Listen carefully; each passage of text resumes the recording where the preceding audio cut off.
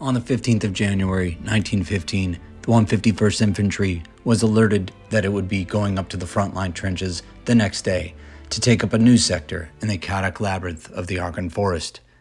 Only 2 weeks had passed since leaving the flooded trenches of Flanders.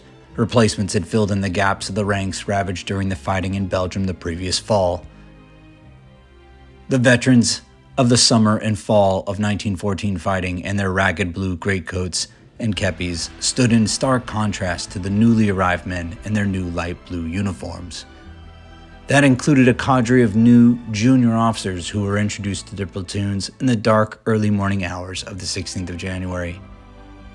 At last, at nightfall on the 17th, the column of heavily laden men advanced silently up to the front line over the frozen, snow-covered ground.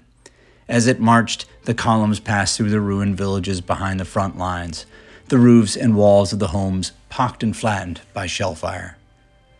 They then descended down into the first communication trenches as they entered the woods. Occasionally, signal rockets shot up into the sky, shedding a bloody light across the foreboding hills, while serrated saplings, standing like giant quills, cast evil, shifting shadows.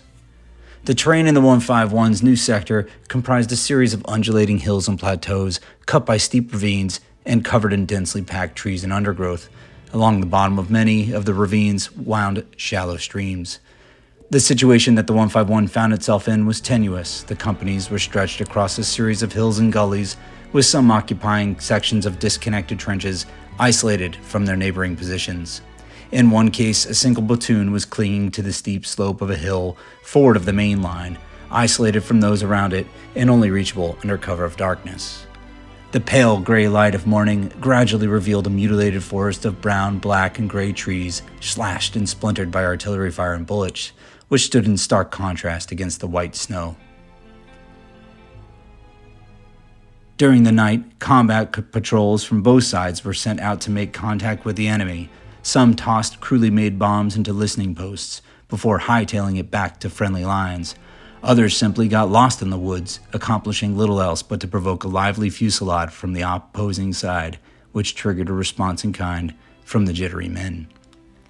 The 151 would spend ultimately a grueling 6 weeks in the Bois de la Gourie and the Argonne Forest, losing 4,200 men killed, wounded, and captured.